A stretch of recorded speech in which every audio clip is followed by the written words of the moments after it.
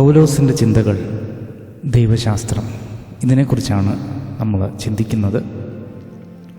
ഒന്നാമതായിട്ട് നമ്മൾ പഠിക്കുന്നത് എന്താണ് പോളൈൻ തോട്ട് എന്ന് പറഞ്ഞാൽ പൗലോസിൻ്റെ ചിന്തകൾ, പൗലോസിൻ്റെ ദൈവശാസ്ത്രം അതെന്താണ്, അതിനെക്കുറിച്ചാണ് നമ്മൾ ചിന്തിക്കുന്നത്.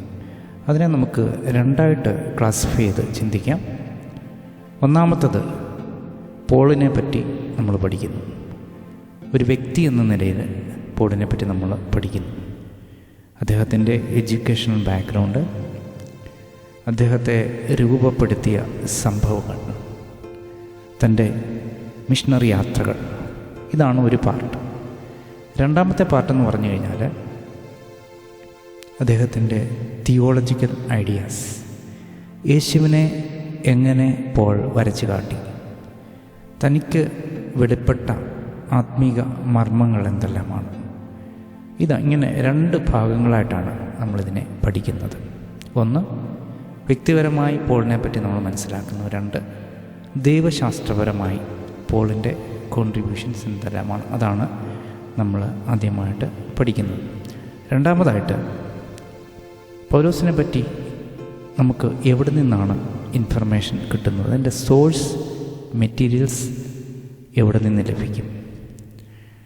അപ്പോസ്തല പ്രവൃത്തികൾ, പൗലോസിൻ്റെ ലേഖനങ്ങൾ, ഇതിൽ നിന്നാണ് പ്രധാനമായിട്ടും പൗലോസിനെ പറ്റി നമുക്കൊരു ഐഡിയ കിട്ടുന്നത്. അതുകൂടാതെ കമൻട്രീസ്, ട്രാൻസ്ലേഷനൊക്കെ അവൈലബിളാണ്. അതിലൊക്കെ ഒത്തിരി കാര്യങ്ങൾ പോളിനെ പറ്റി രേഖപ്പെടുത്തിയിട്ടുണ്ട്. മൂന്നാമതായിട്ട് പോളിൻ്റെ ഹീബ്രു ആൻഡ് റോമൻ നെയിം എന്താണ്, അതിൻ്റെ അർത്ഥം എന്താണ്.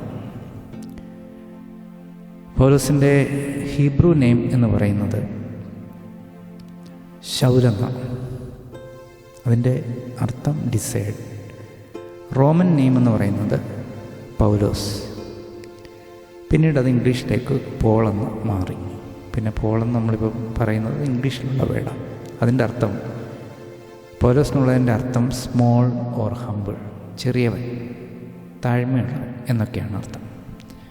ഇപ്പോൾ രണ്ട് പേരുണ്ട്, ഹീബ്രു ശൗലെന്ന നെയിമും റോമൻ നെയിം പൗലോസ്. നാലാമതായിട്ട് നമ്മൾ പഠിക്കുന്നത് പോളിൻ്റെ ബർത്ത് പ്ലേസ്, അതെവിടെ, ഈ പ്ലേസിൻ്റെ പ്രത്യേകത എന്താണ്. പൗലോസിൻ്റെ ജന്മദേശം എന്ന് പറയുന്നത് തർസോസ്, അതൊരു റോമൻ പട്ടണമാണ്. അതിനു മുമ്പ് അതൊരു ഗ്രീക്ക് പട്ടണമായിരുന്നു. ഇതിൻ്റെ പ്രത്യേകതയെന്ന് വെച്ച് കഴിഞ്ഞാൽ ഇതൊരു സാധാരണ സ്ഥലമല്ല. പ്രധാനപ്പെട്ട ലോകത്തിൽ അറിയപ്പെടുന്ന യൂണിവേഴ്സിറ്റീസ് തർസോസിലാണ് സ്ഥിതി ചെയ്തിരുന്നത്. അതുപോലെ തന്നെ ഒരു ട്രേഡ് ഹബ്, ഒരു വ്യാപാര കേന്ദ്രമായിരുന്നു ഈ തർസോസ് എന്ന് പറയുന്നത്. ഇപ്പോൾ വാണിജ്യപരമായിട്ടും വിദ്യാഭ്യാസപരമായിട്ടും സാംസ്കാരികമായിട്ടും ഒക്കെ ഇമ്പോർട്ടൻ്റായ ഒരു പ്ലേസിലാണ് പോള് ജനിച്ചത്.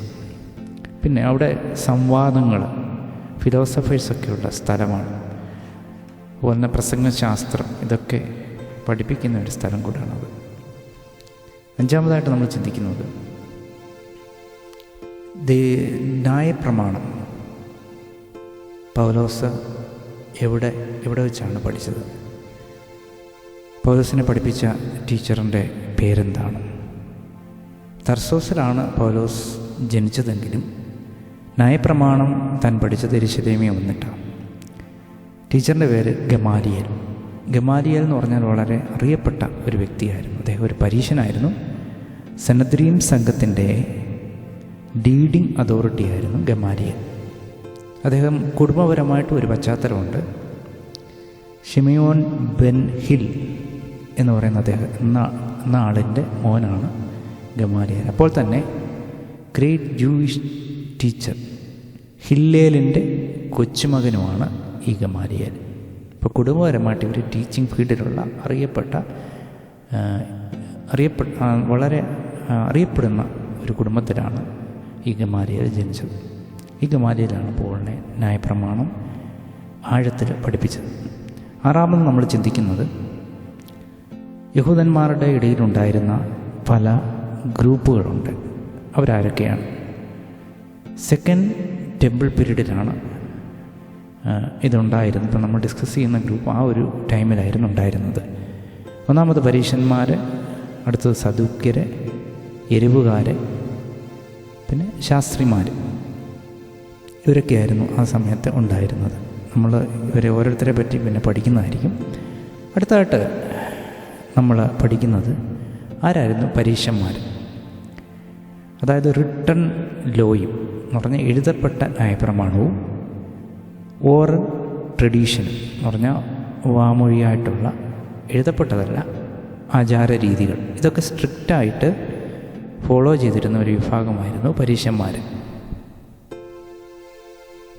ഇവർ പുനരുത്ഥാനത്തിൽ വിശ്വസിച്ചിരുന്നു. ജനങ്ങളുടെ ഇടയിൽ വളരെ സ്വീകാര്യത ഇവർക്കുണ്ടായിരുന്നു. കാരണം ഇവർ ആത്മീകർ എന്നുള്ള ഒരു നിലകളിലായിരുന്നു ഇവരെ പ്രവർത്തിച്ചിരുന്നത്. ജനങ്ങൾ അങ്ങനായിരുന്നു അവരെ കണ്ടിരുന്നത്. ഇവർക്കൊത്തിരി ഫോളോവേഴ്സ് ഉണ്ടായിരുന്നു ജനങ്ങൾക്കിടയിൽ. അടുത്തത് നമ്മൾ ചിന്തിക്കുന്നത് ആരാണ്? സദൂക്യർ. ഇവരിച്ചിരി ഉയർന്ന ആൾക്കാരാണ്. എന്ന് പറഞ്ഞാൽ വെൽത്തി ആൻഡ് പ്രീസ്റ്റ്ലി ജൂയിഷ് ഗ്രൂപ്പാണ് സദൂക്യർ എന്ന് പറഞ്ഞാൽ. അവർ വളരെ സമ്പന്നരാണ്. അതുപോലെ തന്നെ ദൈവത്തിൻ്റെ ശുശ്രൂഷ മേഖലകളിലൊക്കെ ഇവർക്ക് വളരെ പ്രയോറിറ്റി ഉണ്ടായിരുന്നു. റോമൻ റൂളേഴ്സ് അവരുമായിട്ടൊക്കെ നല്ല അടുത്ത ബന്ധം ഇവർക്കുണ്ടായിരുന്നു. സെക്കൻഡ് ടെമ്പിളിൻ്റെ അതിൻ്റെ ഓപ്പറേഷൻ്റെ ചുമതല സദൂക്യർക്കായിരുന്നു കൊടുത്തിരുന്നത്. ഇവർ പ്രധാനപ്പെട്ട ഒരു കാര്യം ഇവരെ പറ്റി മനസ്സിലാക്കേണ്ടത്, ഇവർ പുനരുത്ഥാനത്തിൽ വിശ്വസിച്ചിരുന്നില്ല. ഒള്ളി റിട്ടൺ തോറ, അതായത് എഴുതപ്പെട്ട ന്യായപ്രമാണം മാത്രം, അതിൽ മാത്രമേ അവർ വിശ്വസിച്ചിരുന്നുള്ളൂ. ഇപ്പോൾ പരീശന്മാർ പുനരുത്ഥാനത്തിൽ വിശ്വസിച്ചിരുന്നു, സദൂക്യർ പുനരുത്ഥാനത്തിൽ വിശ്വസിച്ചിരുന്നില്ല. അതുകൊണ്ട് ഇത് മനസ്സിലാക്കി പോൾ തന്നെ ഇവർ പിടിച്ച് വിസ്തരിച്ച സമയങ്ങളിലൊക്കെ, അല്ലെങ്കിൽ ചോദ്യം ചെയ്ത സമയത്തിലൊക്കെ പൗലോസ് പറഞ്ഞൊരു കാര്യമുണ്ട്, മരിച്ചവരുടെ പുനരുത്ഥാനം സംബന്ധിച്ച് ഞാൻ വിസ്താരത്തിലായിരിക്കുന്നു എന്ന് പറഞ്ഞു കഴിഞ്ഞപ്പോൾ ഇവർ തമ്മിലെ കോൺഫ്ലിക്റ്റൊക്കെ അവിടെ ഉണ്ടായതായിട്ട് ബൈബിളിൽ രേഖപ്പെടുത്തിയിട്ടുണ്ട്, അപ്പോസ്തല പ്രവൃത്തികളിൽ. അടുത്തത് സ്ക്രൈബ്സ്, ശാസ്ത്രിമാർ. അവരെക്കുറിച്ചാണ് നമ്മൾ പഠിക്കുന്നത്. ഇവർ ഹൈലി എഡ്യൂക്കേറ്റഡ് ആയിട്ടുള്ള പ്രൊഫഷണൽസാണ് ശാസ്ത്രിമാർ. ഇവർ എക്സ്പേർട്ടാണ്. ദൈവത്തിൻ്റെ ന്യായപ്രമാണം വ്യാഖ്യാനിക്കുന്നതിലും അതിൻ്റെ ആപ്ലിക്കേഷൻ എന്ന് പറഞ്ഞാൽ interpretation and application of Jewish law, അതിൽ ശ്രദ്ധ ചെലുത്തിയിരുന്നവരാണ് ശാസ്ത്രിമാർ. കോപ്പി ലോ, ദൈവത്തിൻ്റെ ന്യായപ്രമാണം കോപ്പി ചെയ്ത് എഴുതിയിരുന്ന ഇവരാണ്. ഇവർക്ക് സമൂഹത്തിൽ വളരെ ഉയർന്ന സ്വാധീനം ഇവർക്കുണ്ടായിരുന്നു. അടുത്തായിട്ട് നമ്മൾ പഠിക്കുന്നത് ആരാണ് യേശുവിനെ കൂടുതലായിട്ട് എതിർത്തത്? ഈ ഗ്രൂപ്പിൽ ഏറ്റവും കൂടുതൽ യേശുവിനെ എതിർത്തത് ആരാണ്? യേശു കൂടുതൽ ശകാരിച്ചത് അഥവാ പോയിൻ്റ് ഔട്ട് ചെയ്തത് ഏത് ഗ്രൂപ്പിനെയാണ്? നമ്മൾ ഒറ്റവാക്കി പറയുകയാണെങ്കിൽ പരീശന്മാരെയാണ് യേശു പ്രധാനമായിട്ടും, പരീശന്മാരുടെ പ്രവൃത്തികളെയാണ് കർത്താവ് ക്രിട്ടിസൈസ് ചെയ്തത്. യേശുവിനെ എതിർത്തതും പരീശന്മാരാണ്. അതിൻ്റെ പ്രധാന കാരണം എന്ന് വെച്ച് കഴിഞ്ഞാൽ കർത്താവിന് മനസ്സിലായി ഇവർ കപടഭക്തിക്കാരാണ്. എന്ന് പറഞ്ഞു കഴിഞ്ഞാൽ നമ്മുടെ ജസ്റ്റിസ്, മേഴ്സി, ഫെയ്ത്ത്ഫുൾനെസ്, കരുണ, ദയ, നീതി, ഇതിനൊന്നും അവർ വലിയ പ്രാധാന്യം കൊടുത്തിരുന്നില്ല. മറിച്ച് പുറമേയുള്ള കാര്യങ്ങൾ, ഔട്ട്സൈഡ് കാര്യങ്ങൾക്കായിരുന്നു അവർ കൂടുതൽ പ്രാധാന്യം. എന്ന് പറഞ്ഞാൽ ആചാരങ്ങൾക്കായിരുന്നു കൂടുതൽ പ്രാധാന്യം അവർ കൊടുത്തിരുന്നത്. എന്നാൽ ഉള്ളിലെ ചിന്തകളോ പ്രവൃത്തികളോ യഥാർത്ഥ പ്രവൃത്തികളോ ഇതിനെക്കുറിച്ചൊന്നും അവർ അതിൽ ഇമ്പോർട്ടൻസ് കൊടുത്തിരുന്നില്ല. മനുഷ്യൻ വിളങ്ങേണ്ടതിന് വേണ്ടിയായിരുന്നു അവർ പലതും ചെയ്തിരുന്നത്. അതുകൊണ്ടാണ് കർത്താവ് പരീശന്മാരെ വെള്ള തേച്ച ശവക്കല്ലറകൾ എന്ന് വിളിച്ചത്. അടുത്ത നമ്മൾ പഠിക്കാൻ പോകുന്നത് പൗലോസിൻ്റെ ദൈവശാസ്ത്രത്തിൻ്റെ ജനറൽ വ്യൂ. അതിതാണ് രക്ഷ, മനുഷ്യരക്ഷ, സാൽവേഷൻ. അത് ദൈവത്തിൻ്റെ ഗിഫ്റ്റാണെന്ന് പൗലോസ് അത് രേഖപ്പെടുത്തിയിട്ടുണ്ട്. അത് പ്രാപിക്കേണ്ടത് യേശുക്രിസ്തുവിലുള്ള വിശ്വാസത്താലാണെന്നും താൻ സ്ഥാപിക്കാനായിട്ടൊക്കെ ഇടയായിത്തീർന്നു. അതായത് ക്രൈസ്റ്റ് സെൻറ്റേഡ്, യേശുക്രിസ്തുവിൽ കേന്ദ്രീകൃതമായ ഒരു തിയോളജിയായിരുന്നു പോളിൻ്റേത്. ന്യായപ്രമാണം ആചരിച്ച് അതിൻ്റെ പ്രമാണങ്ങളിൽ ഇമ്പോർട്ടൻസ് കൊടുത്ത് നടന്നിരുന്ന അതിൽ കൂടെ രക്ഷ ഉണ്ട് എന്ന് പറയുകയും പഠിപ്പിക്കുകയും കഴിയാവുന്നിടത്തോളം അത് പ്രമാണിക്കുകയും ചെയ്ത പൗലോസ്, അദ്ദേഹം കർത്താവുമായിട്ടുള്ള എൻകൗണ്ടറിന് ശേഷം തൻ്റെ തിയോളജി മാറി ക്രൈസ്റ്റ് സെൻറ്റേഡായിട്ട് മാറുവാൻ തക്കണിടയായി. ഇതിൻ്റെ കൂടുതൽ കാര്യങ്ങൾ നമ്മൾ തുടർന്നുള്ള ഭാഗങ്ങളിൽ ചിന്തിക്കുന്നുണ്ട്. അടുത്ത നമ്മൾ ചിന്തിക്കുന്നത്, പൗലോസ് ഒരു റോമൻ സിറ്റിസൺ ആയിരുന്നു. ആ റോമൻ സിറ്റിസൺഷിപ്പ് കൊണ്ട്, അല്ലെങ്കിൽ റോമൻ പൗരൻ എന്ന നിലയിൽ ഉണ്ടായിരുന്ന, അല്ലെങ്കിൽ ഒരു റോമൻ സിറ്റിസന് കിട്ടുന്ന അഡ്വാൻറ്റേജസ് എന്തൊക്കെയാണ്? പൗലോസിന് അതിന് എന്തെല്ലാം തനിക്ക് ലഭിച്ചു ഒരു റോമൻ സിറ്റിസൺ എന്ന നിലയിൽ? അതാണ് നമ്മൾ ചിന്തിക്കുന്നത്. ഇതിൻ്റെ റൈറ്റ്സ് അഥവാ അവകാശങ്ങൾ എന്താണെന്ന് ചോദിച്ചു കഴിഞ്ഞാൽ, വിസ്താരം കൂടാതെ റോമ പൗരനെ അടിക്കാനോ ഒന്നും ചെയ്യാൻ, ബുദ്ധിമുട്ടിക്കാനൊന്നും പറ്റത്തില്ല. ഇപ്പോൾ ഒരു വിസ്താരത്തിനുള്ള റൈറ്റ് ഉണ്ട്. അതുപോലെ തന്നെ കൈസറിനെ അഭയം ചൊല്ലാൻ, അതുപോലെ തന്നെ റോമൻ ഹൈ കോർട്ട് ഉണ്ട്. അവിടെയൊക്കെ ഡയറക്റ്റ് അപ്പീലിന് പോകാനായിട്ട് ഒരു റോമൻ പൗരന് പറ്റും. ഒരു യഹൂദൻ അത് പറ്റത്തില്ല. പക്ഷേ ഈ റൈറ്റുകൾ റോമൻ പൗരന് മാത്രം ഉള്ള റൈറ്റാണ്. അതുപോലെ തന്നെ ഫ്രീ ആയിട്ട് ഒരു ചെക്കിങ് ഇല്ല, വലിയ ചെക്കിങ് അങ്ങനെയൊന്നുമില്ല. എന്ന് പറഞ്ഞാൽ എൻട്രി ഒന്നും ബ്ലോക്ക് ചെയ്യത്തില്ല ഒരു റോമൻ പൗരന്, കാരണം അവരുടെ നാടാണ്. എന്ന് പറഞ്ഞാൽ ഒരു റോമൻ സിറ്റിസൺഷിപ്പ് ഉള്ള ഒരു വ്യക്തിക്ക് എവിടെ വേണമെങ്കിലും യാത്ര ചെയ്യാനായിട്ട് പറ്റും. ഒരു ഫ്രീ ആയിട്ടുള്ള ഒരു ട്രാവലിങ്ങിന് നടക്കും. എന്നാൽ അടുത്തത് എങ്ങനെ ഈ റോമൻ സിറ്റിസൺഷിപ്പ് കിട്ടും? സാധാരണ ആൾക്കാർക്കൊന്നും കിട്ടത്തില്ല. ഒത്തിരി പൈസ കൊടുത്തെങ്കിൽ മാത്രമേ, ലോട്ട് ഓഫ് മണി അതിനാവശ്യമാണ്. അപ്പോൾ ഇതിൽ നിന്ന് നമുക്ക് മനസ്സിലാക്കാൻ കഴിയുന്നത്, പൗലോസ് ജനിച്ചത് റോമ പൗരനായിട്ടാണ്. പൗലോസ് ഒരു സുപ്രഭാതത്തിൽ റോമൻ പൗരത്വം പൗലോസിന് കിട്ടിയതല്ല. പൗലോസ് ഒരു റോമൻ പൗരനായിട്ടാണ് ജനിച്ചത്. അതിൽ നിന്ന് നമുക്ക് മനസ്സിലാക്കാൻ കഴിയുന്നത്, ഈ പൗരത്വം നേടിയെടുത്തതാരാ? പൗലോസിൻ്റെ പിതാവാണ്. അപ്പം ആ പിതാവിൻ്റെ മകൻ എന്ന നിലയിലാണ് പൗലോസിന് റോമൻ പൗരത്വം കിട്ടിയത്. അപ്പം നമുക്ക് ഇതിൽ നിന്ന് മനസ്സിലാക്കാൻ കഴിയുന്നത്, പൗലോസ് ഒരു റിച്ച് ഫാമിലിയിൽ നിന്നാണ് ജനിച്ചത്, റിച്ച് ഫാമിലിയിൽ നിന്നാണ് വന്നതെന്നൊരു ഒരു അഭിപ്രായമുണ്ട്. അതിനെ സപ്പോർട്ട് ചെയ്യുന്നതാണ് ഈ റോമൻ പൗരത്വം. തന്നെ വിസ്താരം കൂടാതെ ഉപദ്രവിച്ചപ്പോൾ ഈ ഒരു ക്ലെയിം അഥവാ ഈ ഒരു റൈറ്റ് പൗലോസ് ഉന്നയിക്കുന്നുണ്ട്. അപ്പോസ്തലപ്രവൃത്തികൾ 22-ാം അധ്യായത്തിൽ അത് ഉന്നയിക്കുന്നുണ്ട്. എന്ന് പറഞ്ഞാൽ തൻ്റെ റൈറ്റ്, വിസ്താരം കൂടാതെ ഇങ്ങനെ ചെയ്യാവോ എന്നുള്ള കാര്യം പോൾ ചോദിക്കുന്നുണ്ട് ശതാധിപനോട്. അപ്പോൾ ഇതാണ് റോമൻ പൗരൻ എന്ന നിലയിൽ ഉള്ള റോമ പൗരനുള്ളതായ റൈറ്റ്സും പൗലോസ് അത് യൂസ് ചെയ്ത വിധമൊക്കെയാണ് നമ്മൾ ചിന്തിച്ചത്. അടുത്തത്, തർസോസിലെ പൗലോസ് ജനിച്ചു. ഇപ്പോൾ തർസോസ് ഒരു പ്രധാന സ്ഥലമാണ്. പൗലോസ് അവിടെ ജനിച്ചു. പൗലോസിന് അതുകൊണ്ടുണ്ടായിരുന്ന അഡ്വാൻറ്റേജ് എന്താണ്? അതിനുള്ള അഡ്വാൻറ്റേജ് എന്ന് പറഞ്ഞു കഴിഞ്ഞാൽ പ്രധാനമായിട്ട് പറയുകയാണെങ്കിൽ, ഗ്രീക്കിൽ അറിയാമല്ലോ, ഗ്രീക്ക് സാമ്രാജ്യമായിരുന്നു റോമൻ സാമ്രാജ്യത്തിന് മുമ്പിലുണ്ടായിരുന്നു. അപ്പം അവരുടെ ഏറ്റവും പ്രധാനപ്പെട്ട ഒരു കേന്ദ്രമായിരുന്നു ഈ തർസോസ് എന്ന് പറയുന്നത്. അപ്പോൾ ഗ്രീക്ക് സംസ്കാരം എന്ന് പറഞ്ഞാൽ ലോകമെങ്ങും വ്യാപിച്ച ഒരു സംസ്കാരമാണ്. അതിന് പ്രധാനമായിട്ടും അലക്സാണ്ടർ ചക്രവർത്തി വളരെ പ്രാധാന്യം കൊടുത്തിരുന്നു, ഗ്രീക്ക് പഠിപ്പിക്കുന്നതിനും അങ്ങനെയുള്ള കാര്യങ്ങൾ. അതുകൊണ്ട് ഗ്രീക്കിൽ താനവിടെ ജനിച്ചു വളർന്നതിനാൽ ഗ്രീക്കിൽ തനിക്ക് വലിയ ജ്ഞാനം, ഒരു സ്ട്രോങ് നോളജ് ഉണ്ടായിരുന്നു. ഫേമസ് യൂണിവേഴ്സിറ്റീസൊക്കെ അവിടെ ആണല്ലോ, അവിടെയൊക്കെ പോൾ പഠിക്കാനൊക്കെയുള്ള സാഹചര്യങ്ങൾ ഒരുക്കിയിട്ടുണ്ട്. അതുകൊണ്ട് തനിക്ക് യവനന്മാരെയും യഹൂദന്മാരെയും ഈക്വലായിട്ട് മാനേജ് ചെയ്യാൻ പൗലോസിന് കഴിഞ്ഞു. താൻ യഹൂദനായതിനാൽ അതിൽ താൻ സ്ട്രോങ് ആണ്, ന്യായപ്രമാണത്തിൽ സ്ട്രോങ് ആണ്, ഗ്രീക്കിലും താൻ സ്ട്രോങ് ആണ്. ഇപ്പോൾ ഗ്രീക്ക് ഭാഷ സംസാരിക്കുന്നവരെ, ചിതറിക്കിടക്കുന്നവരെ, പോകുന്ന ഇടങ്ങളിലൊക്കെ നല്ലവണ്ണം അത് ഹാൻഡിൽ ചെയ്യാനായിട്ട് കഴിഞ്ഞു. അതിന് കാരണം താൻ തർസോസിൽ ജനിച്ചതുകൊണ്ടാണ്. അടുത്തത്, പൗലോസിൻ്റെ എബ്രായ, ഗ്രീക്ക്, അരാമിക്, ലാറ്റിൻ ഭാഷകളിലുള്ളതായ ജ്ഞാനം എങ്ങനെയാണ് പൗലോസിനെ സഹായിച്ചത്? പ്രത്യേകിച്ച് ഗ്രീക്ക് ഭാഷയിലുള്ള നോളജ് തൻ്റെ ശുശ്രൂഷകളെ എങ്ങനെ സഹായിച്ചു എന്നാണ് നമ്മൾ നോക്കുന്നത്. ലാംഗ്വേജ് എന്ന് പറഞ്ഞു കഴിഞ്ഞാൽ ഒരു വെപ്പൺ പോലെ, ആയുധമില്ലാതെ ഒരു വ്യക്തിക്കും ഒന്നും ചെയ്യാനായിട്ട് കഴിയത്തില്ല എന്ന് പറയുന്നത് പോലെ ഈ ലാംഗ്വേജസ്, കാരണം പ്രധാനപ്പെട്ട ലാംഗ്വേജസ് ആയിരുന്നു ആ സമയത്തെ. അപ്പം എവിടെ പോയാലും മാറി നിൽക്കേണ്ട ഒരവസ്ഥ വരത്തില്ല.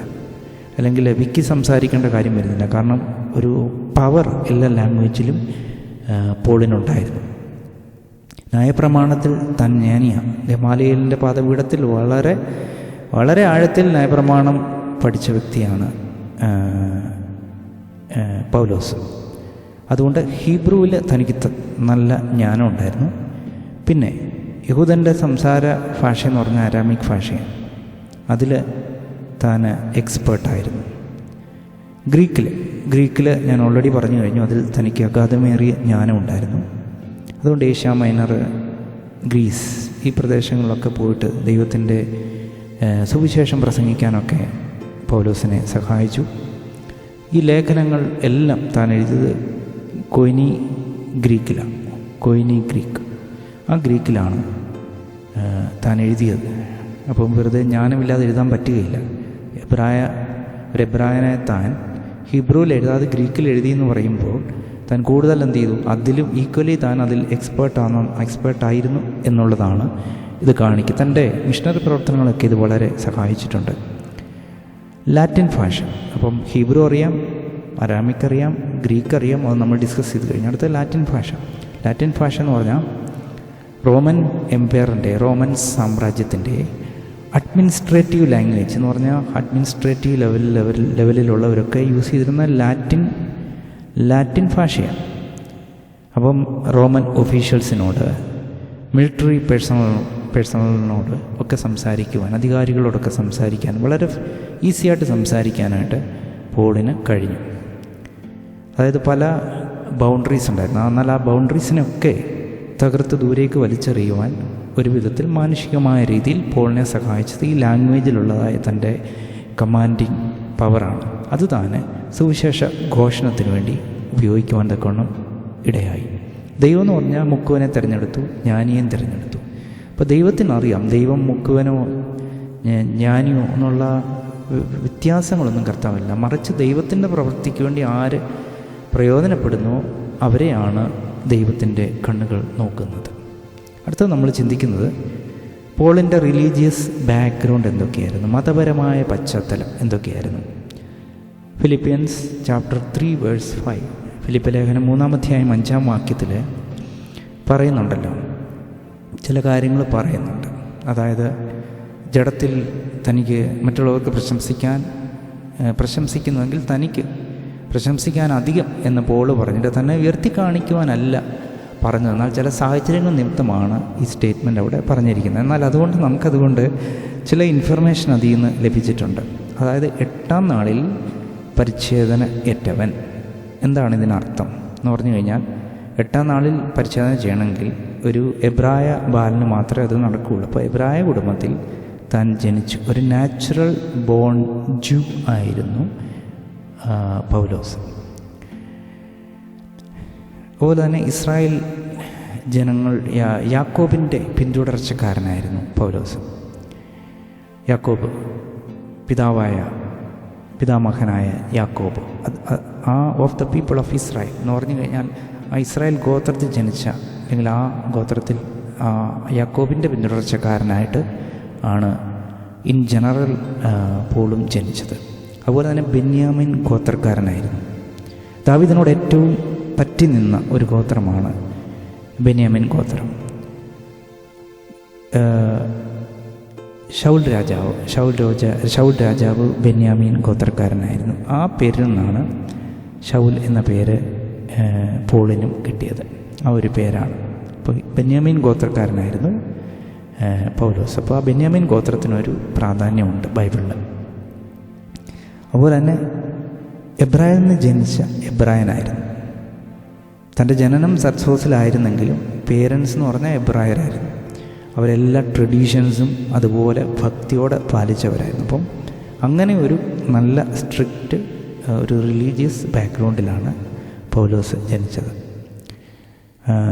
ഗമാലിയേലിൻ്റെ പാദപീഠത്തിൽ ന്യായപ്രമാണം പഠിക്കാനും തനിക്ക് ഭാഗ്യം ലഭിച്ചു. ഏറ്റവും അവസാനം പ്ലസ് അല്ലെങ്കിൽ ഒരു മൈനസ് ക്വാളിറ്റിയും തൻ്റെ ജീവിതത്തിൽ വന്ന ഒരു താഴ്ചയും താൻ അവിടെ എടുത്തു പറയുന്നുണ്ട്. സഫയെ ശുഷ്കാന്തി നിമിത്തം സഫയെ ഉപദ്രവിച്ചെന്ന്. ഇപ്പോൾ സഫയെ ഉപദ്രവിച്ചെന്ന് പറയുമ്പം ശുഷ്കാന്തി നിമിത്തമാണ് എന്ന് പറഞ്ഞാൽ യഹൂദ മതത്തോടുള്ള അല്ലെങ്കിൽ ആ വലിയ ആ ഒരു ഇതാണ് ഇങ്ങനെ ചെയ്യാനായിട്ട് പോളിനെ പ്രേരിപ്പിച്ചത്. ഇത്രയും ജ്ഞാനിയായ വ്യക്തി, ന്യായപ്രമാണത്തിൽ ഇത്രയും ജ്ഞാനിയായ വ്യക്തി, ഇത്രയും ലാംഗ്വേജിൽ കമാൻഡിങ് പവർ ഉണ്ടായിരുന്ന വ്യക്തിക്ക് പോലും ഒരു എൻകൗണ്ടറിന് മുമ്പ് ഈ യേശുവിനെ മനസ്സിലാക്കുവാനായിട്ട് കഴിഞ്ഞില്ല. പരീശന്മാർക്കും സദൂക്യർക്കും ഒക്കെ കഴിയാതിരുന്ന പോലെ പോളിനും ആ ഒരു മോഡൽ തൻ്റെയും ജീവിതത്തിലുണ്ടായിരുന്നു. എന്നാൽ കർത്താവിന് പോളിനെ വേണമായിരുന്നു. അതുകൊണ്ടാണ് ഒരു എൻകൗണ്ടർ ദൈവം അയച്ചത്. ഓക്കെ, ലോകത്തിൻ്റെ പാപത്തെ ചുമക്കുന്ന ദൈവത്തിൻ്റെ കുഞ്ഞാടെന്നൊക്കെ യോഹന്നാൻ സ്നാപകൻ വിളിച്ചു പറയുമ്പോൾ ആ വചനത്തോടുകൂടി ദൈവം ഇടപെട്ടു പരീശന്മാരോടും സദൂക്യന്മാരോടും. അവരെ ഒന്നും ഒരു ലൈറ്റൊന്നും മിന്നി അവരൊന്നും വീഴാനിടയായി തീർന്നില്ല. അതൊരു വലിയൊരു ആത്മീയ മർമ്മമാണ്. പോളിന് പോലും മറയ്ക്കപ്പെട്ടിരുന്ന കാര്യങ്ങൾ ദൈവം അവന് മറച്ചു കൊടുത്തു എന്ന് പറഞ്ഞപ്പം ക്രൂശിക്കപ്പെട്ട കർത്താവിനെ കണ്ടു. അതാണ് തൻ്റെ ജീവിതത്തിലെ രൂപാന്തരത്തിന് കാരണമായി തീർന്നത്. എന്നാൽ ആ കാണുവാനിടയായ സംഭവം താൻ സഭയെ ഉപദ്രവിച്ചു കൊണ്ടിരുന്നപ്പോഴാണ്. അപ്പം പോളിൻ്റെ റിലീജിയസ് ബാക്ക്ഗ്രൗണ്ട് ഇതാണ്. 8-ാം നാളിൽ പരിച്ഛേദനയേറ്റവൻ, ഇസ്രായേൽക്കാരൻ, ബെന്യാമീൻ ഗോത്രക്കാരൻ, എബ്രായന് ജനിച്ച എബ്രായൻ, ശുഷ്കാന്തി നിമിത്തം സഭയെ ഉപദ്രവിച്ചവൻ. അടുത്തായിട്ട് നമ്മൾ ചിന്തിക്കാൻ പോകുന്നത് പോളിൻ്റെ 3 മെയിൻ ഐഡൻറ്റിറ്റീസ് എന്ന് പറഞ്ഞാൽ സ്ട്രോങ് ആയിട്ടുള്ള 3 ഐഡൻറ്റിറ്റീസ് ഉണ്ട്. ഈ ഐഡൻറ്റിറ്റി കാർഡെന്ന് കേട്ടിട്ടുണ്ടല്ലോ. ഇപ്പോൾ എവിടെയെങ്കിലും നമുക്ക് ചെല്ലണമെങ്കിൽ ഐഡൻറ്റിറ്റി കാർഡ് അതിൻ്റെ വാല്യൂ അന്നേരം നമുക്ക് മനസ്സിലാകുന്നത്. അത് നമ്മുടെ കയ്യിൽ ചിലപ്പോൾ പേഴ്സിലുണ്ടായിരിക്കാം, വീട്ടിലുണ്ടായിരിക്കാം. എന്നാൽ ഒരിടത്തേക്ക് എൻട്രി ചെയ്യുമ്പോഴാണ് അതിൻ്റെ പ്രാധാന്യം നമുക്ക് ഉണ്ടാകുന്നത്. അപ്പം തനിക്ക് 3 മെയിൻ ഐഡൻറ്റിറ്റീസ് തനിക്കുണ്ടായിരുന്നു. അപ്പോൾ അതിനെക്കുറിച്ചും അതിൻ്റെ പ്രത്യേകതയെക്കുറിച്ചുമാണ് നമ്മൾ ചിന്തിക്കുന്നത്. ഒന്നാമത്, താനൊരു റോമൻ സിറ്റിസണാണ്. നമ്മളത് ഓൾറെഡി ഡിസ്കസ് ചെയ്ത് കഴിഞ്ഞു. ലീഗൽ പ്രൊട്ടക്ഷൻ ഉണ്ട് ഈ റൈറ്റിന്. കൈസറിനെ അഭയം ചൊല്ലാൻ കഴിയും, ഫ്രീ ആയിട്ട് സഞ്ചരിക്കാനും കഴിയും. രണ്ടാമത്തെ ഐഡൻറ്റിറ്റി എന്ന് പറഞ്ഞാൽ ഹെലനിസ്റ്റിക് ബാക്ക്ഗ്രൗണ്ട് എന്ന് പറഞ്ഞാൽ ഗ്രീക്ക് ഭാഷയിലും കൾച്ചറിലും ഉള്ള തൻ്റെ പാണ്ഡിത്യം. ഓക്കെ, ഗ്രീക്ക് ഭാഷ ഒരു സാർവത്രിക ഭാഷയായിരുന്നു. റോമൻ എംപയറിലും സ്വാധീനം ചെലുത്താൻ പോളിന് ഇതുകൊണ്ട് കഴിഞ്ഞു. അരാമിക്കാണ് അവർ യൂസ് ചെയ്യുന്നെങ്കിലും ഇതൊരു സാർവത്രിക ഭാഷയായതിനാൽ ഈ ഗ്രീക്ക് ഭാഷ അവിടെയും സ്വാധീനം ഉണ്ടായിരുന്നു. സോ അവിടെയും തനിക്ക് ചിലർ ഗ്രീക്ക് സംസാരിക്കുന്നവരുണ്ട്. അപ്പോൾ അവിടെയും ഒരു സ്വാധീനം ഉറപ്പിക്കാൻ പോളിനെ ഇതിന് സഹായിച്ചു. ഏതൻസിൽ താൻ അഥേനയിൽ ചെല്ലുമ്പം തത്വജ്ഞാനികൾ, ഫിലോസഫേഴ്സുമായിട്ടൊക്കെ സംസാരിക്കുവാൻ, ശക്തമായ മെസ്സേജ് കൊടുക്കാനൊക്കെ കഴിഞ്ഞത് ഈ ഗ്രീക്ക് ഭാഷയിലുള്ളതായ ജ്ഞാനം അഥവാ ഈ ഹെലനിസ്റ്റിക് ബാക്ക്ഗ്രൗണ്ടാണ്. ആർട്ട് ഓഫ് ഡിബേറ്റ്, ആർഗ്യുമെൻ്റ്, ഇത് ഗ്രീക്കുകാർ അവരതിൽ ട്രെയിൻഡായിരുന്നു. അതായത് ഡിബേറ്റ് ചെയ്യുന്നതിൽ, വാഗ്വാദങ്ങൾ, ആർഗ്യുമെൻ്റ് ചെയ്യുന്നതിൽ, ഒരു വിഷയത്തെപ്പറ്റി തർക്കിക്കുന്നതിൽ, അതൊക്കെ അവർക്ക് പ്രത്യേക ട്രെയിനിങ് കൊടുത്തിരുന്നു. ഗ്രീക്കിൽ അതിനുള്ള ട്രെയിനിങ് കൊടുത്തിരുന്നു. ഈ ഡിബേറ്റൊക്കെ മാർക്കറ്റ് പ്ലേസിലൊക്കെ ഒരു വിഷയം വരുമ്പോഴത്തേക്ക് ജ്ഞാനികൾ അവിടെ വന്നിട്ട് സംസാരിക്കും. ജനങ്ങൾ അവിടെ ഓടിക്കൂടും. അവർ ഈ പ്രസംഗം വളരെ ശ്രദ്ധയോടുകൂടി കേൾക്കും. അപ്പം ജ്ഞാനികളും ഫിലോസഫേഴ്സ് ഇവർക്കെല്ലാവരും ഒരേ അഭിപ്രായമായിരിക്കത്തില്ല, പല അഭിപ്രായമായിരിക്കും. ഒരാൾ തൻ്റെ അഭിപ്രായം പറഞ്ഞു പോയി കഴിയുമ്പോൾ അടുത്ത ദിവസം ടൈമൊക്കെ ഫിക്സ് ചെയ്തിട്ട് വന്നിട്ട് അതിന് കൗണ്ടറായിട്ട് പ്രസംഗിക്കും. പോൾ അഥേനയിൽ എപ്പിക്യൂരിയർ, സ്തോയിക്കർ, ഈ 2 കൂട്ടരെയാണ് കണ്ടത്. അവർ പ്രത്യേക വിശ്വാസമുള്ളവരാണ് എന്ന് പറഞ്ഞാൽ സെൽഫ് കൺട്രോള്, ഈ ലോകത്തിൻ്റെ പ്ലഷേഴ്സിൽ നിന്നൊക്കെ ഒഴിഞ്ഞ് നിൽക്കുന്നവർ, അങ്ങനെ ഡിഫറെൻറ്റ് ക്വാളിറ്റീസ് ഇവർക്കുണ്ട്. അങ്ങനെയുള്ളവരാണ് ജീവിതത്തെ ഇച്ചിരി സെൽഫ് കൺട്രോളൊക്കെ ചെയ്ത് ക്രമപ്പെടുത്തി ഇതിലൊക്കെ കോൺസെൻട്രേറ്റ് ചെയ്ത് അവരെയാണ് പോൾ അഡ്രസ്സ് ചെയ്തത്. കുറച്ച് പേര്, സം ഫിലോസഫേഴ്സ്, കുറച്ച് തത്വജ്ഞാനികൾ പോളിനെ ലിസൺ ചെയ്തു, ചിലർ കളിയാക്കുകയും ചെയ്തു. അവരോടൊക്കെ സംസാരിച്ചതിന് ശേഷം പോള് പറഞ്ഞൊരു കാര്യമായത് ലോകത്തിൻ്റെ ജ്ഞാനം, ദൈവത്തിൻ്റെ സന്നിധി, ഭോഷത്വം. അവരെ ജ്ഞാനികളോട് പറഞ്ഞ ഒരു കാര്യമാണ് ഈ ലോകത്തിൻ്റെ ജ്ഞാനം. ദൈവത്തെ നമുക്ക് കാണാൻ ദൈവത്തെ കാണാൻ നമ്മളെ അനുവദിക്കുന്നില്ലെങ്കിൽ ഈ ലോകത്തിൻ്റെ ജ്ഞാനം ഒരു ഷാഡോ ആയിട്ട് നമ്മുടെ മുമ്പിൽ നിൽക്കുന്നെങ്കിൽ ആ ജ്ഞാനത്തെ നമ്മൾ ദൂരേക്ക് വലിച്ചെറിയണം. അത് ദൈവസന്നിധി ഭോഷത്വമാണ്. കാരണം ദൈവമാണ് ഏറ്റവും വലിയ ജ്ഞാനം. ആ ജ്ഞാനത്തെ കാണുവാൻ നമ്മുടെ ഭൗതിക ജ്ഞാനം നമ്മളെ ബ്ലോക്ക് ചെയ്യുന്നെങ്കിൽ ഈ ലോകത്തിൻ്റെ ജ്ഞാനം ഭോഷത്വമാണ്. അതാണ് പോൾ പറഞ്ഞിരിക്കുന്നത്. ഒരു വാക്യം നമ്മൾക്കെല്ലാം അറിയാം, ഓട്ടക്കളത്തിൽ ഓടുന്നവർ. അപ്പം ഗ്രീക്കിലൊക്കെ ഒളിമ്പിക്സും അങ്ങനെയുള്ള കാര്യങ്ങളൊക്കെ നടക്കും. അപ്പോൾ ആ സമയത്ത് ആ ഒരു ബാക്ക്ഗ്രൗണ്ടിലാണ് പോൾ ആ കഥ ആ ഒരു വാക്യം 1 കൊരിന്ത്യർ 9:24 പറയുന്നത്. ഇതെല്ലാം തൻ്റെ ഹെലനിസ്റ്റിക് ബാക്ക്ഗ്രൗണ്ട് അഥവാ ഗ്രീക്ക് ഭാഷയിലും കൾച്ചറിലും ഉള്ളതായ ആ പാണ്ഡിത്യത്തിലാണ് തനിക്കിതൊക്കെ ചെയ്യാൻ കഴിഞ്ഞത്. അടുത്ത ഐഡൻറ്റിറ്റി എന്ന് പറയുന്നത് ജൂയിഷ് ബാക്ക്ഗ്രൗണ്ടാണ്. പൗലോസ് ഒരു യഹൂദനായിരുന്നു, പരീശനായിരുന്നു, ന്യായപ്രമാണം ഡീപ്പായിട്ട് പഠിച്ച വ്യക്തിയായിരുന്നു. എഫേസ്യ ലേഖനം, ഗലാത്യ ലേഖനം, ഈ 2 ലേഖനങ്ങൾ നമ്മൾ പരിശോധിച്ച് കഴിഞ്ഞാൽ യഹൂദൻ എന്ന ആ യഹൂദ്യ പാരമ്പര്യത്തിൻ്റെ ഒരു ഔന്നത്യം, നമുക്ക് ആ ഒരു ക്വാളിറ്റി, അതിൻ്റെ ഹയസ്റ്റ് ലെവൽ ഓഫ് തിങ്കിങ് നമ്മൾ ഈ 2 ലേഖനത്തിലെ ആ ഒരു ലേഖനം വായിക്കുമ്പോൾ നമുക്ക് മനസ്സിലാക്കാനായിട്ട് കഴിയും. പൗലോസിന് പല ഭാഷകളിൽ ജ്ഞാനം ഉണ്ടായിരുന്നു. താൻ ഓരോരുത്തടത്തും ഓരോന്നാണ് അപ്ലൈ ചെയ്തിരിക്കുന്നത്. ലേഖനങ്ങളെല്ലാം സെയിം അല്ല, മനസ്സിലായി. അപ്പം ഓരോരുത്തടത്തും അതിൻ്റെ ഓഡിയൻസ് അനുസരിച്ചിട്ടാണ് പൗലോസ് പറഞ്ഞിരിക്കുന്നത്. വേറൊരു ഭാഗത്ത് ഫിലിപ്പി ലേഖനം 2-ാം അധ്യായം 5-11 വരെയുള്ള വാക്യങ്ങളിൽ ദൈവത്തോടുള്ള സമത്വം മുറുകെ പിടിക്കാതെ ഈ ഭൂമിയിലേക്ക് ഇറങ്ങി വന്ന യേശു ക്രിസ്തുവിനെക്കുറിച്ച് പറയുന്നുണ്ട്. ഇതൊരു ഒരു ഫിലോസഫി, ആ ഒരു ഫിലോസഫിക്കൽ ലെവലിലുള്ളതായ ഒരു തിങ്കിങ്ങും ഒരു വാക്കുകളുമാണ്. അപ്പം ആ ഒരു ലെവലിൽ മറ്റ് ശിഷ്യന്മാർക്കോ ഒന്നും റൈറ്റേഴ്സിനോ ഒന്നും കഴിയാതിരുന്ന ഒരു കാര്യമാണ് പോളിന് അവിടെ കഴിഞ്ഞത്. അവിടെ അങ്ങനെ ആ കാര്യങ്ങളൊക്കെ പറയാനായിട്ട് സഹായിച്ചത്. ദൈവത്തിൻ്റെ ആത്മാവാണ് തന്നെ അതിനൊക്കെ ബലപ്പെടുത്തിയതെങ്കിലും തൻ്റെ നോളജിനെ ദൈവം അവിടെ ഉപയോഗിച്ചു. ഇതാണ് തൻ്റെ 3 പ്രധാനപ്പെട്ട ഐഡൻറ്റിറ്റി. റോമൻ സിറ്റിസൺ എന്ന ഐഡൻറ്റിറ്റി, അതുപോലെ തന്നെ ഗ്രീക്ക് ബാക്ക്ഗ്രൗണ്ട്, അതുപോലെ തന്നെ യഹൂദ ബാക്ക്ഗ്രൗണ്ട്, ജൂയിഷ് ബാക്ക്ഗ്രൗണ്ട്. ഇതാണ് 3 ഐഡൻറ്റിറ്റി. നമ്മൾ അടുത്ത് ചിന്തിക്കാൻ പോകുന്നത് എങ്ങനെയാണ് ദമസ്കോസിൽ ദൈവവുമായിട്ടുള്ള എൻകൗണ്ടർ അഥവാ നേരിട്ടുള്ള ആ ഒരു എങ്ങനെയാണ് പോളിൻ്റെ മിനിസ്ട്രിയെ മാറ്റിമറിച്ചത്.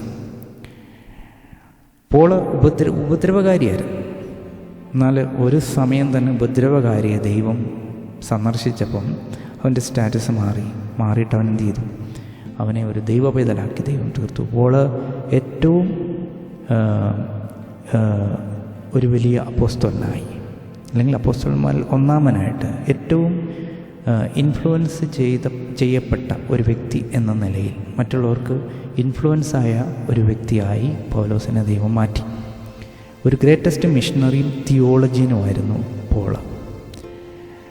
നീ ഉപദ്രവിക്കുന്ന യേശു, നീ ആരാകുന്നു കർത്താവേ എന്ന് ചോദിക്കുമ്പോൾ കർത്താവ് കൊടുക്കുന്ന മറുപടി, നീ ഉപദ്രവിക്കുന്ന യേശു. ഇത് തൻ്റെ ചിന്താമണ്ഡലങ്ങളെ പിടിച്ചു കുലുക്കി. ഉപദ്രവിക്കുന്ന യേശു എന്ന് പറഞ്ഞ് മാറുകയല്ല, താൻ അതിനെപ്പറ്റി ചിന്തിച്ചു. എന്താണ് ആ വാക്കിൻ്റെ അർത്ഥം? കാരണം താൻ യേശുവിനെ ഉപദ്രവിച്ചിട്ടില്ല. അപ്പം സഭയെ ഉപദ്രവിച്ചതാണ് യേശു കർത്താവ് പറയുന്നത് തന്നെ ഉപദ്രവിച്ചപ്പം സഭ എന്ന് പറയുന്നത് ദൈവത്തിൻ്റെ ബോഡി ആണ് എന്ന വലിയ ഒരു മർമ്മം പോളിന് അവിടെ മനസ്സിലാക്കുവാനായിട്ട് കഴിഞ്ഞു. താനൊരു ഉപദ്രവകാരിയായിരുന്നു. നാം പറഞ്ഞല്ലോ, സ്തേഫാനോസിനെ കൊന്നവരുടെ വസ്ത്രം സൂക്ഷിച്ചവനായിരുന്നു. സ്തേഫാനോസിനെ കൊല്ലുവാൻ പോളിന് സമ്മതമായിരുന്നു. അപ്പോൾ ഈ എൻകൗണ്ടറാണ് ഉപദ്രവകാരിയെ ഒരു ക്രിസ്തുവിൻ്റെ ഒരു വിശ്വസ്ത അപ്പോസ്തലനാക്കി ദൈവം മാറ്റിയത്. അനേകർക്ക് പ്രയോജനമുള്ള ഒരു പാത്രമാക്കി ദൈവം മാറ്റിയത്. അതായത് പോളിനെ പറ്റി അനന്യാസിനോട് പറയുന്ന ഒരു കാര്യമുണ്ട്. രാജാക്കന്മാർ മുമ്പിൽ, ജാതികളുടെ മുമ്പിൽ എൻ്റെ നാമം വഹിക്കുവാൻ ഞാൻ തിരഞ്ഞെടുത്തിരിക്കുന്ന ഒരു പാത്രം ആകുന്നു.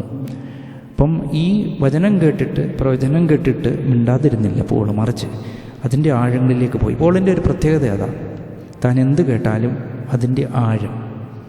നമ്മളോട് പലപ്പോഴും ദൈവം സംസാരിക്കാറുണ്ട്, നമ്മളത് കേട്ട് മറന്നുപോകും, അല്ലെ എന്താണ് അതിൻ്റെ കാതിൽ, അതിനെപ്പറ്റി ഒന്നും നമ്മൾ ചിന്തിക്കാറില്ല. എന്നാൽ പോള് ഒരു മരം വെട്ടി അതിനെ എല്ലാം രാഗി എല്ലാം അതിനെ പോളിഷ് ചെയ്ത് അവസാനം നല്ലൊരു മനോഹരമായ ഫർണിച്ചറാക്കി മാറ്റുന്നത് പോലെ ഒരു മരം വെട്ടിയിടുന്നത് ഒരിക്കലും എന്ന് പറഞ്ഞാൽ വലിയ വിലയുള്ള വിറകിന് വേണ്ടി ഉപയോഗിക്കുന്നതല്ല. ഒരു വലിയ തേക്ക് ഇങ്ങനെയുള്ള കാര്യങ്ങളൊക്കെ നമ്മൾ വെട്ടിയിടുന്നത് എന്തിനു വേണ്ടിയാണ്? ഒരു പർപ്പസിന് വേണ്ടിയാണ്.